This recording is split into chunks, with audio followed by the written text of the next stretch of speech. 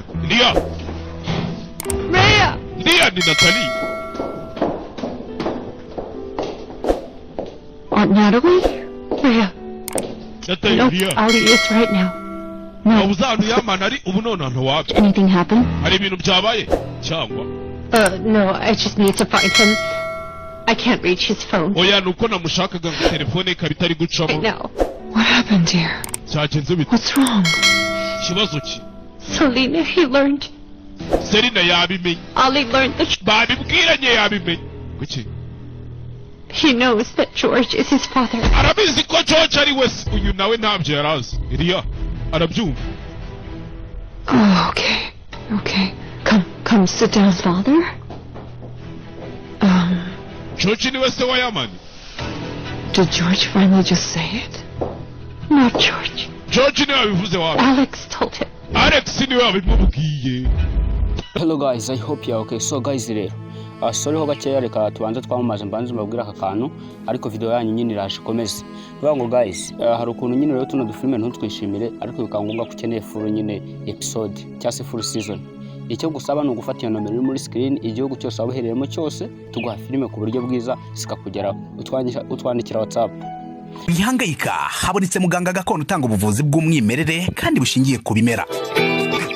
Waba warabaswe n'ibibazo byo kwikinisha bigatuma amabanga y'abashakanye atabasha kugenda neza, tambuka tugukiza umuze nawe ubashe kunoza amabanga y'abashakanye. Ubu mubona nahoranye ikibazo cyo kutabyara, najya ntekereza ko narozwe, nyuma naje guhura n'umuganga gakondo ufite inkomoko yo muri Tanzania, aramfasha ndakira, ubu nanjye ndi umubyeyi nk'abandi. Kubivuza indwara nk'umwijima, impyiko, rubagemande, amibe, igifu, kubyimba, prostate, umutwe, imitsi ndetse n'izindi, namwe nimutambuke kuko mwashyizwe igorora. Akarusho kandi kubivuza indwara nk'amarozi abatugezeho baritangirwa. Ubu mubona nigeze guhura n'ikibazo cyo kuroga, narozwe ibitegano ndetse n'ibihuhirano. Naje kubona umuganga gakondo ufite inkomoko muri Tanzania, aramfasha, ubu narakize neza, ubu nta kibazo mfite. Kuba ari mahanga namwe mwihangayika mwibaza uko imiti yacu iraza kubageraho, kuko dukora na DHL kabagezaho imiti yacu kandi mu gihe gito. He learned it and told him. Yarabimenye itabimubwiye. Uretse Iriya. Is brother George Yaman's father? Muganga George koko ni se wa Yamani. And you didn't tell this to Yaman? Ibi mutari mwarabibwiye Yaman. Iki gihe cyo. Dear. Don't you see the state of your aunt now? Ese we nabona ukuntu nyogosenge ameze. Oya. How can you hide something as big as this? Are we just your puppets? Gute mwifata mugahisha umuntu ibintu nk'ibyo cy'ibyo. Umuntu cyo muduhisha ibintu nk'ibyo. Mubona turi inyamaswa. Turi ibipupe. Trust or we to you. So there must have been a reason why they didn't tell him, right? Actually, she's so right. Is that why my brother George came? Is that why he's after Yaman? He only just learned this. Rhea. Yeah. Please help me with this. I'm afraid that he'll hurt himself or something worse. Always asking where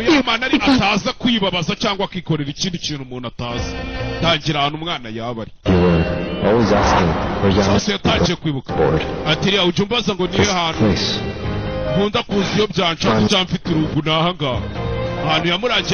Simon's place.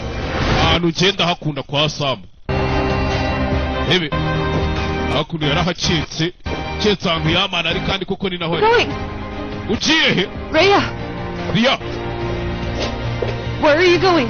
Ugiye he Come too. No aunt, I will go alone. Reka nzatujyane reka ndagenda The boy from his mother.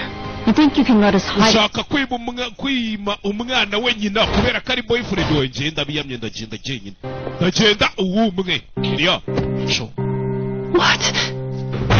What will I do? Iki ndakora iki koko byamucanze George na yakono I mean Steven Come, I'm here. Injira mayiro injira tegereje Selena Then kumbi cyatazi nyuma gutandukana n'umugore anywhere. Yaje mu hoteli. Come, let's enjoy this moment together. Turya karayifu kano kanya sha ngino turyoherwe n'aka kanya ngino gire uko yivugisha gutyo ruwaje hakuno Mark Amba usezije gute anyway feels so good. Numva ari sawa. Don't make it too strong. Wibikomeza se. Don't, or I'll show you. Wibikomeza ariko basi kureba bona kigori kiwe bamunywesha nyeri wo kapfa we bamunywesha nyeri hano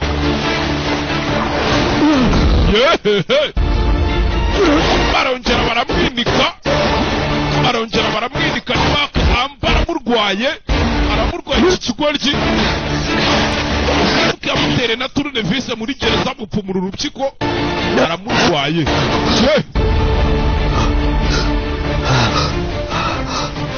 You're pushing me so much. Uri kumpatiriza. You're pushing me so much. Uri kumpatiriza pe. Sinkubeshye. Get dressed now. Ambara. I'm waiting inside. Nagutegerejemo hari indana mbara uze tuvugane. Ambara uze tuvugane. Don't worry about it now. I mean, it's actually quite good. Wibigira ikibazo mwana ariko ni nasawa. Don't look at me like that. Windeba gutya ariko. If Stephen gets divorced and leaves, kabone nawe mwatandukana kaje. George can get back together. George wowe nawe mwasubirana utandukanye na Stephen. My friend, it's so obvious you're still in love with each other. Nshuti yanjye reka muracyakundana wibihakana. What are you saying? Serena uri kuvuga ibiki? He is married. Uriya mugabo afite famille. Nanjye mfite umuryango. We have other children. Dufite abana bose twembi dufite abandi bana. Problem? Is our love the main problem? Yes. Ibyo ngibyo urumva ari ikibazo cyakemuka cyane ibyo biroroshye. Natalie, you're not happy.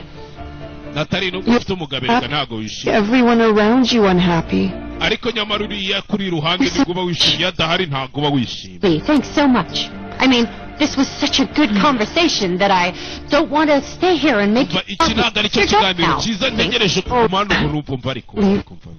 Sit down, okay? I'm serious. I really can't tolerate this today. Am I not your best friend, Natalie? You are. Somebody has to say these things, right? You know very well that what I'm saying is the truth. Why? I mean, you don't like to hear it out loud.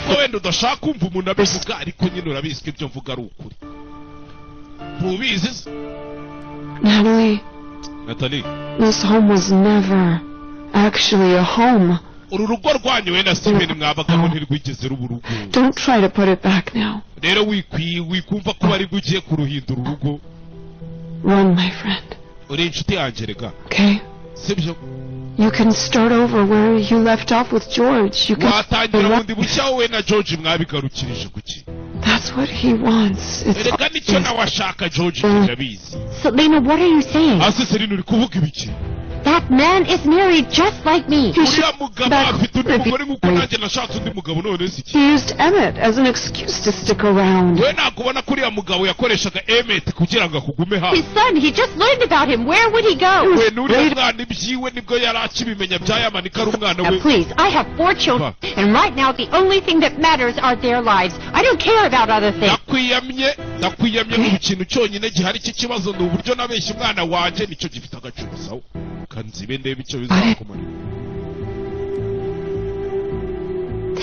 I just say these for your happiness, you know. Enough. Doesn't feel good. Please. Not now.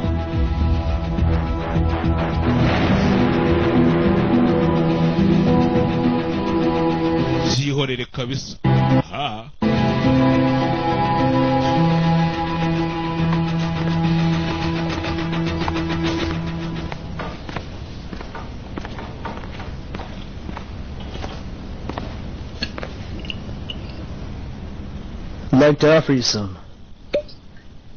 But alcoholism is a problem. You can't stop. icyiza cy'inzoga iyo watangiye kuzinywa I ntiwarekera don't want to be the cause. niyo waba utazi impamvu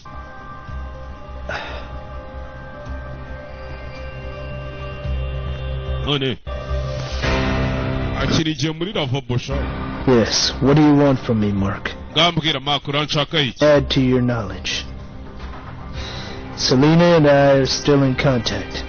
ikije ukubizi urabizi ko njye na Selena tugihuza And I can still do anything to shut you up. kandi nakora igishoboka icyo ari cyo cyose nkakuzibisha At the end, Mark, either I'll kill you or you'll kill me. nagufungisha cyangwa nkukuyicisha cyangwa ukanyicisha ibyo urabizi nawe sibyo I've chosen to write another ending to this twisted story. ko nahisemo se kwandika iherezo ry'iyi nkuru mu bundi buryo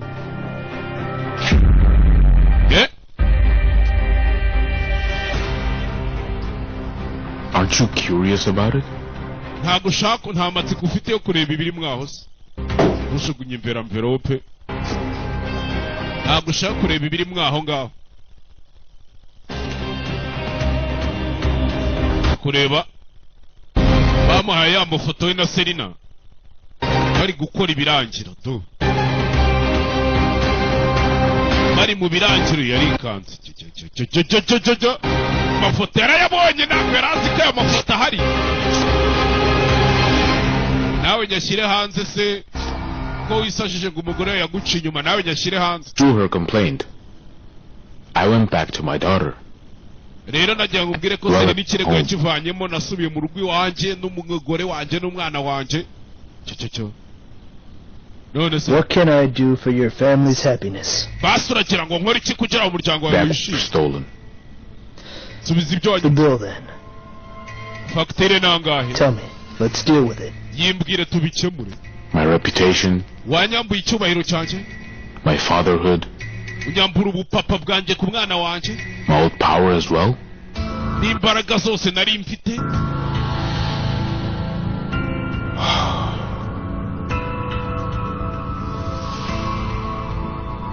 That's a bit high.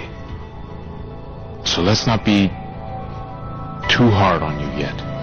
reka mbe ndetse kubigukomereza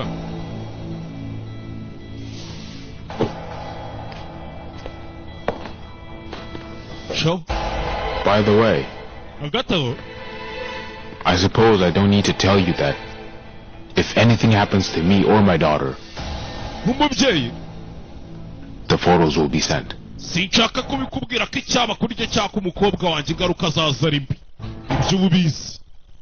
iby'ububizi ugendere kure ya famiye yanjye kinga sho uciyeho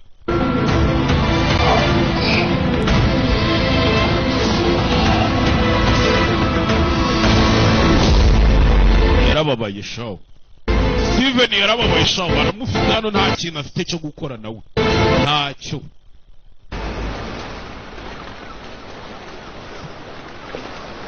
Umbu yari hano Yaman Ali ari hakuno Riya yamuguyeho to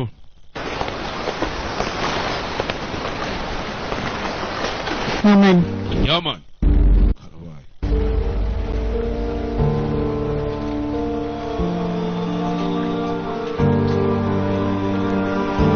Yaman we wagwan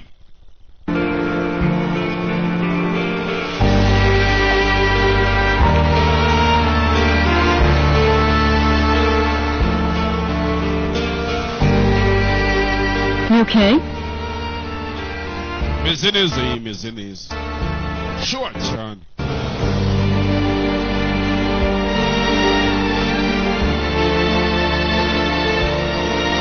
Thank God. You didn't add any scars to your face. musanze hano Or did you do something to yourself? mama yari yaguhangayikiye utaza kugira ikintu wikora cyangwa iki ntawamenya Aunt Natalie told me everything. Yeah. Natalie yambwiye ibintu byose Riya And I understand what you're feeling. Can we not talk about this? ndakwinginze wivuga kuri ibi bintu I pe get so tired of My endless troubles end. Nakubeshye ndambi ibibazo mporamo nanje. You're about them as well. Ibibazo nteza umutima. Such a whiny person. That's not me. I used to recover alone. Je nshaka gukira ndi jyenyine bikomere bikanshiramo. Cyukuntu mbamenye ibintu nyuma ntinze. You'll always take it though. Thank you. I can't repay you. Urakoze kandi urabizi ko mwitoliya ni girlfriend ni madamu sheri. If you don't want to tell me about it. Okay, nimba udashaka kumbwira. I'll tell you mine. Basi reka nje nkubwire ibibazo. Like. Uranyumva? I can listen. Nakumva. You want me to. Ubaye ushaka ko nkumva. Okay. Miryango. My father came back. Papa wanjye yagarutse mu rugo. As if nothing had happened. As if he had never left. Agaruka nkaho nta cyabaye nkatigeze dutanga agende. By force? Yagarutse ku gahato wapi? With my mother's permission. Mama yari yabimwemereye. Yari yamuhaye uruhushya. It's for the kid. We're always their excuse. Teka bafite urwitwazo. What's wrong? Kibazo ki? Ria.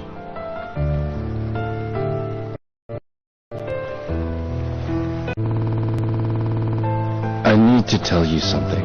Hari ikintu nashakaga kukubwira. From you. Okay, say. Okay, mbwira. I want to say it.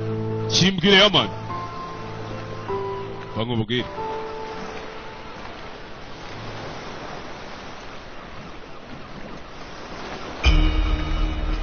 Emmett. Imodoka yagonze Emmett petit frere wanje. He was an enemy of your father's. Yari umwanzi wa skwa mugonze. That day he actually wanted to kill your dad. Iriya modoka yashakaga kwica papa birangira yishe petit frere wanje. Sibyo? Nabyo araziliya.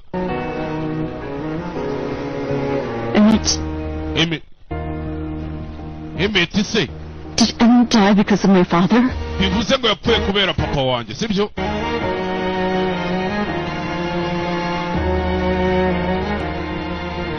Yaman, I'm so sorry. Yaman, ni ukuri wihangane. Umfase. Utubabarire. You apologize to me. You didn't do anything. We nta kintu wigeze unkorera nta kibazo. Natalie was right.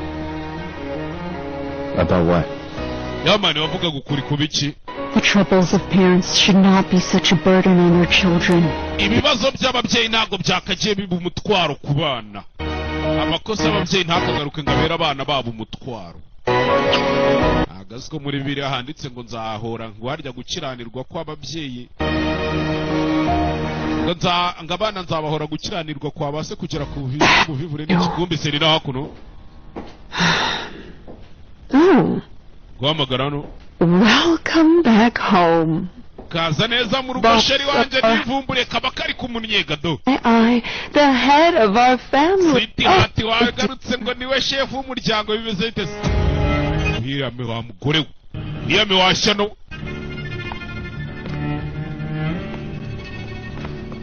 He was waiting at the hotel. Yaragutegerereje muri hoteli.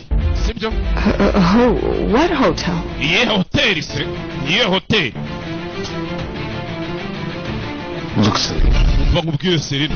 I'm still out of tune, alright? Selena. I don't trust myself at all to make Selena, even look at that man, let alone be next to him. You stay still, do you hear me?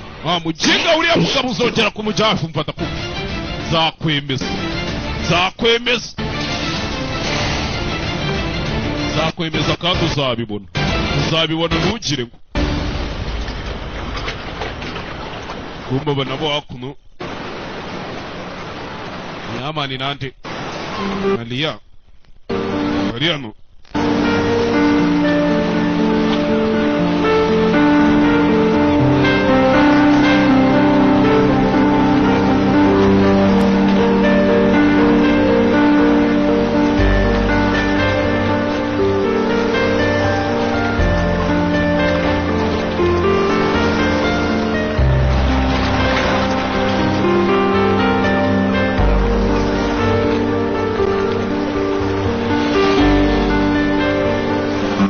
Excuse me then. What's wrong? I'm done telling you my things. But since you're used to listening to others, I think you should listen.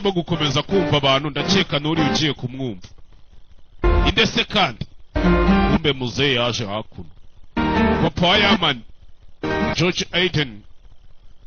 Did you let him know? He didn't know. Either he just found out. All this time he's been running. If you still think he doesn't deserve to be your father, turn around and follow me.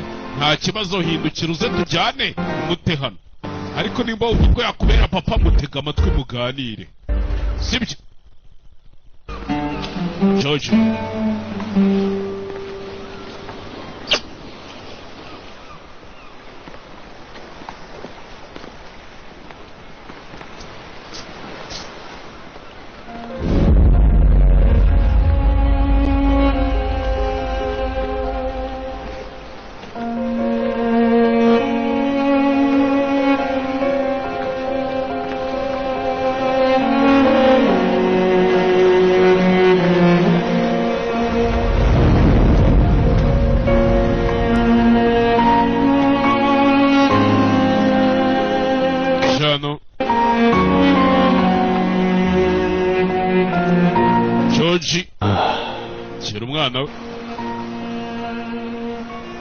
We're at the end of the line, aren't we now? I don't know how to tell you this. Where to even start. But I know one thing. Even if you sell me or throw me out, I won't go anywhere.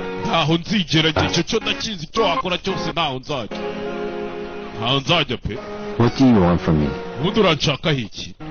What do you expect from me? Trust me. Only that. Hey, Doctor. I've trusted you since the first moment I saw you. It's something else now. What is it? What is it? It turns out that I'm your father.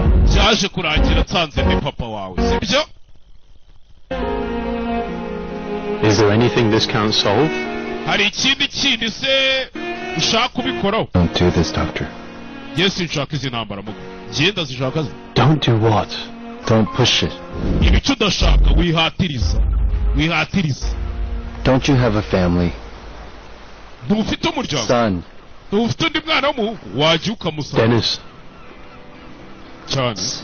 Okay. Did you ever ask Dennis if he wanted a brother? Did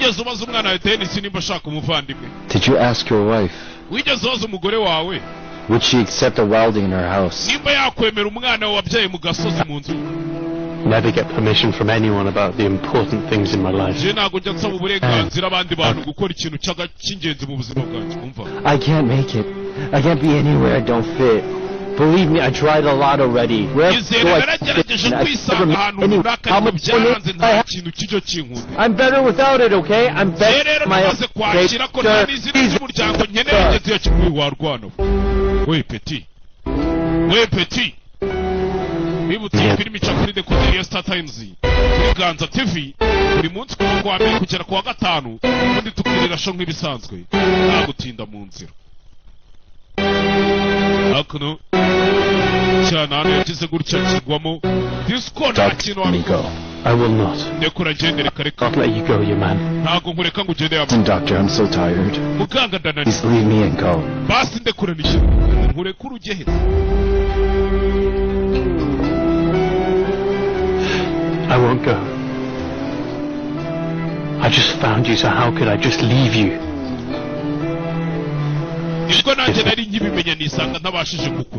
Forgive me, please, for finding you this late.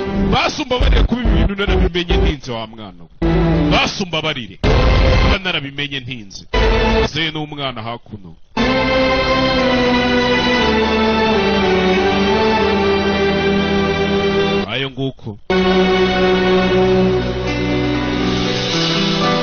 byarabaye bibutsa mugure dekoderi za Star Times dore ejo bundi ni n'igikombe cy'isi ubundi yarira bitangiye aje dukomeze na episode ikurikiye see you ciao ciao bye